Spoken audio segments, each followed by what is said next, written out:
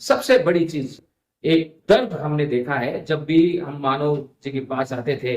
मानव जी इससे पहले mission coaching में पढ़ाते थे, मिशन के धुरी रहे हैं, तो वहां इनसे मुलाकात हुआ करती थी। मिशन के और भी अध्यापकों से हमारी मुलाकात हुआ करती थी, चर्चा करते थे बैठकर कि आखिर देश कहाँ जाए। बड़ी मतलब दर्द हुआ करते थे, इनके भी प्रश्न सवालों में दर्द हुआ करता था। बच्चे इनको घेरे रहते थे, उन बच्चों में बहुत से ऐसे बच्चे भी होते थे जिनके पास अंतिम मौका रहता था, अर्थात उन्होंने जहां से भी थोड़ा बहुत कर करा के कर्जा लेके वे आते हैं।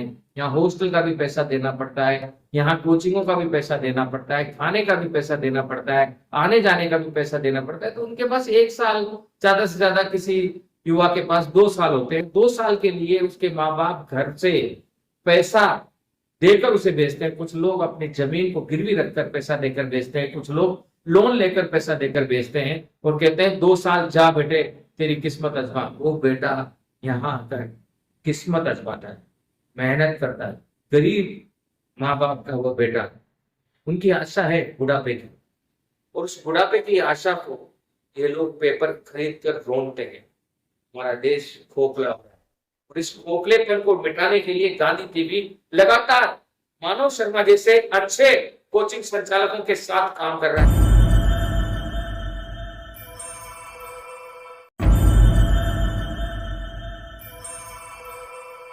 जय हिंद, वंदे मातरम, जय जगत। आज हमारे साथ है शिक्षाविद मानव शर्मा। मानव शर्मा नाम जैसा अनोखा है, वैसा ही इनका व्यक्तित्व अनोखा है। जब भी मैं इनसे मिला हूं, शिक्षा में जो भी रीति नीतियां थी पुरानी सरकार की, उसको लेकर काफी चर्चाएं हुआ करती थी। तो सोचा आज जब इतना माहौल गर्मागर्म चल रहा है, पेपर लीक चल रहे हैं, लोग पकड़ में आ रहे हैं, बड़े बड़े मछलियों के नाम आ रहे हैं, कुछ कोचिंग संचालकों के भी नाम आए हैं, तो आज इनसे पूछूंगी अब इन्हें कैसा लग रहा है। सबसे पहले मानव जी, बहुत बहुत धन्यवाद आपका। जी धन्यवाद अनिश जी, आपका और गांधी टीवी का शुक्रिया। आपसे हम निवेदन करना चाह रहे हैं कि लीक प्रकरण क्या है, इस पर क्या प्रकाश थोड़ा सा हमारे दर्शकों को बताइए कि लीक प्रकरण क्या है और क्यों इसे अभिशाप माना गया है युवाओं के लिए। देखिए, युवा जो तैयारी करता है, अपने गहने, अपनी जमीन, अपने परिवार, सब कुछ दांव पे लगा करके माता पिता और बच्चों को यहाँ पर भेजते हैं, बड़े शहरों में कोचिंग के लिए भेजते हैं। और ऐसे युवा जो बरसों से तैयारी कर रहे थे, तैयारी करने के बाद उनको पता चला कि उनकी मेहनत कोई मतलब की नहीं रही, और उसकी जगह उन लोगों ने कब्जा कर लिया, जो केवल औने पौने दामों में पेपर खरीद करके और फर्जी तरीके से टॉपर बन गए। तो ऐसी स्थिति में उन युवाओं के साथ कुठाराघात है, बेहद निंदनीय है, और हम सबको की दुर्भाग्य भी है कि हम ऐसे युग में जी रहे हैं जहाँ पर मेहनत का कोई अस्तित्व नहीं है। कहते हैं 2014 से ही ये मामले आ रहे हैं।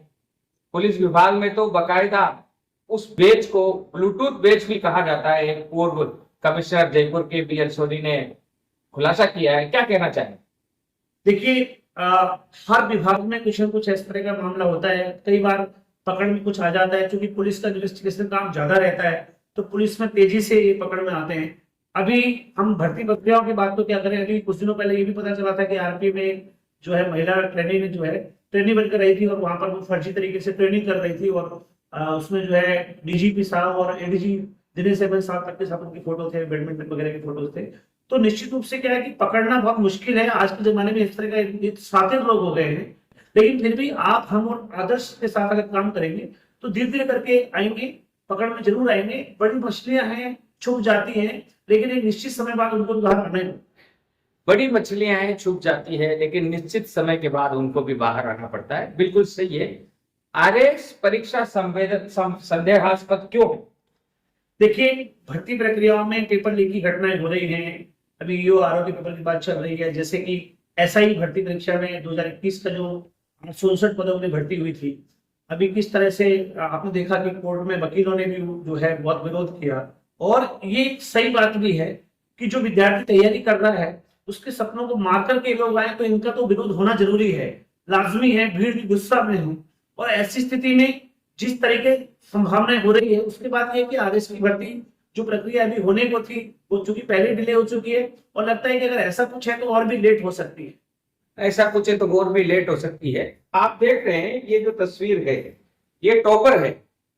टॉपर होने के बाद एक बड़े कोचिंग में कई जगहों पर, कई प्लेटफॉर्म पर, क्योंकि कोई भी टॉपर आता है तो कोचिंग संचालक की गलती नहीं है, वो टॉपर को बुलाते हैं और उसके अनुभव को दूसरे बच्चों को प्रेरणा के लिए पेश करते हैं। ऐसे ही इस टॉपर ने भी कई कोचिंगों में जाकर अपने आप को प्रेरणादायक बनकर प्रस्तुत किया, लेकिन आज उन कोचिंगों को भी सवालों के जवाब देने पड़ रहे हैं और लोग उन कोचिंगों को भी संदेहास्पद नजर से देख रहे हैं।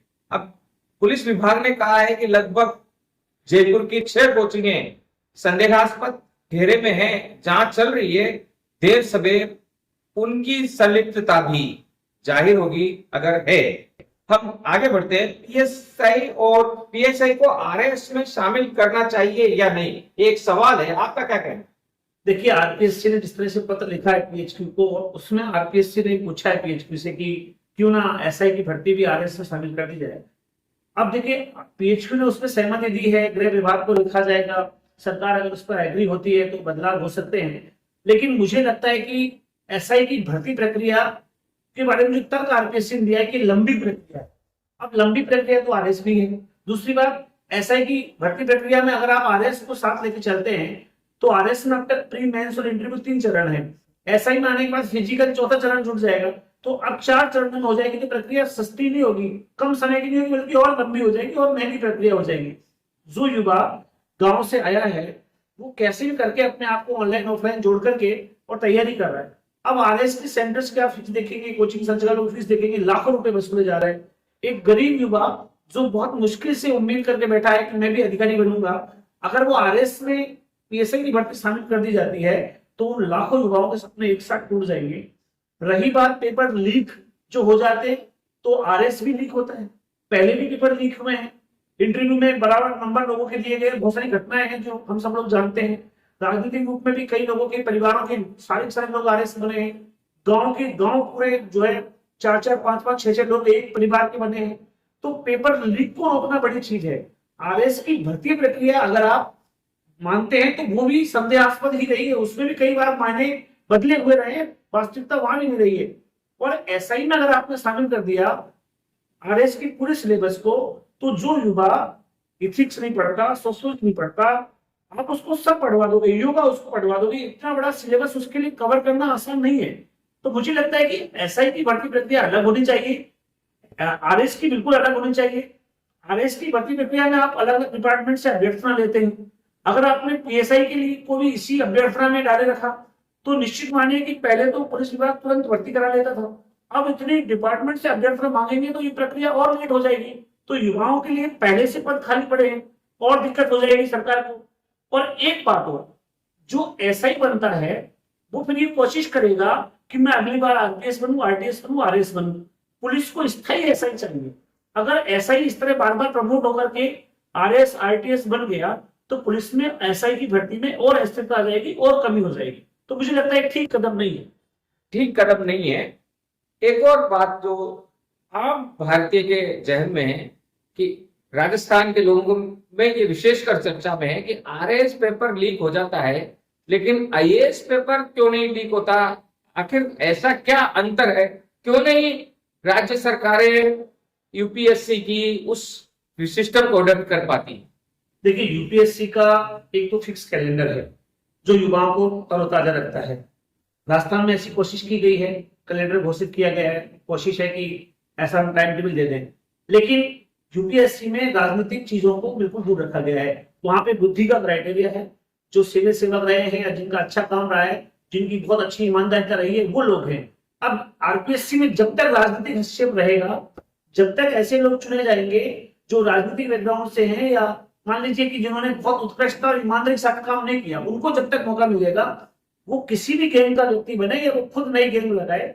अब आप किसी का भी नाम उसमें ले लीजिए, वो जगदीश गैंग, वो बबल कटारा, जो भी नाम आते हैं, लेकिन कुल मिलाकर राजनीतिक हस्तक्षेप से आरपीएससी को मुक्त कर देना चाहिए। अगर ऐसा होता है और ईमानदार और कर्मठ लोग जैसे कि यूपीएससी में शामिल होने की खास तवज्जो उनको दी जाती है, अगर ऐसा कुछ होगा तब तो आरपीएससी में ठीक होगा। वरना राजनीतिक हस्तक्षेप तो परेशान करेगा, क्योंकि किसी का कोई पीए, किसी का कोई ड्राइवर, कोई वहां से क्लिक कर देगा। पावर का गलत नुकसान वहां पर होता है। पावर का गलत नुकसान होता है। आईएएस में ईमानदारी एक क्राइटेरिया होती है, पैरामीटर होता है, उस ईमानदारी के आधार पर वहां पर अधिकारी चुने जाते हैं। आरपीएससी में ईमानदारी क्राइटेरिया नहीं है, वो पार्टी, जो दल, जो राजनीतिक नेता, उनके साथ उनकी क्या वफादारी है, वह क्राइटेरिया होता है। यही कारण है कि आरपीएससी जैसे राजस्थान के और अधीनस्थ बोर्ड जैसे जगहों पर, निकायों में पेपर लीक होते हैं। सबसे बड़ी चीज, एक दर्द हमने देखा है जब भी हम मानव जी के पास आते थे। मानव जी इससे पहले मिशन कोचिंग में पढ़ाते थे, मिशन के धुरी रहे हैं, तो वहां इनसे मुलाकात हुआ करती थी। मिशन के और भी अध्यापकों से हमारी मुलाकात हुआ करती थी, चर्चा करते थे बैठकर कि आखिर देश कहाँ जाए। बड़ी मतलब दर्द हुआ करते थे, इनके भी प्रश्न सवालों में दर्द हुआ करता था। बच्चे इनको घेरे रहते थे, उन बच्चों में बहुत से ऐसे बच्चे भी होते थे जिनके पास अंतिम मौका रहता था, अर्थात उन्होंने जहां से भी थोड़ा बहुत कर करा के कर्जा लेके भी आते हैं।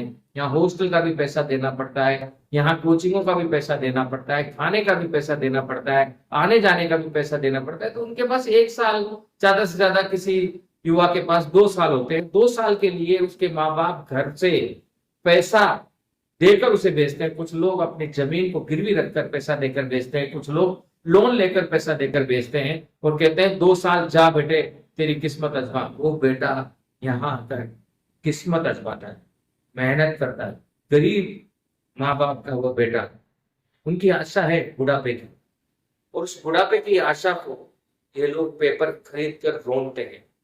हमारा देश खोखला हो रहा है, और इस खोखलेपन को मिटाने के लिए गांधी टीवी लगातार मानव शर्मा जैसे अच्छे कोचिंग संचालकों के साथ काम कर रहा है। हमें दिक्कतें बहुत आती हैं। जो गद्दार टाइप के कोचिंग संचालक है, वे अच्छे कोचिंग संचालकों के अच्छे काम को दुष्प्रचारित करते हैं, उनको आगे बढ़ने नहीं देते हैं। यह युवाओं के ऊपर है कि जिन कोचिंगों में आप पढ़ने जा रहे हैं, आप पता लगाएं क्या उनका लिंक पेपर लीक माफियाओं से है, क्या वे पेपर लीक से संबंधित किसी पुरानी कहानी का अंग है। ऐसी कोचिंग संस्थाओं में बिल्कुल न जाएं, भंडाफोड़ करें।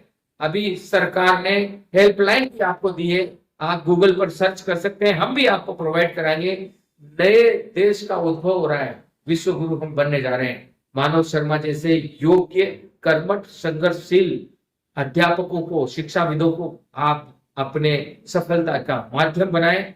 हम धन्यवाद देते हैं आपका कि आपने हमें समय दिया, और इस विषय पर जहां बहुत सारे कोचिंग संचालक कतरा रहे हैं, क्यों पता नहीं क्यों कतरा रहे हैं, ये युवाओं का मामला है। उन सभी कोचिंग संचालकों को सामने आना चाहिए और इसका विरोध करना चाहिए। अगर नहीं करते हैं तो वे सिर्फ और सिर्फ युवाओं की फीस के लिए काम कर रहे हैं। तो हम और आप मिलकर नए भारत का उदय करेंगे, विश्व गुरु भारत को बनाएंगे, ऐसी पूरी आशा है। जुड़े रहिए मानव शर्मा जी के काव्यांग क्लास के साथ भी और गांधी टीवी के साथ भी। जय हिंद, वंदे मातरम, जय।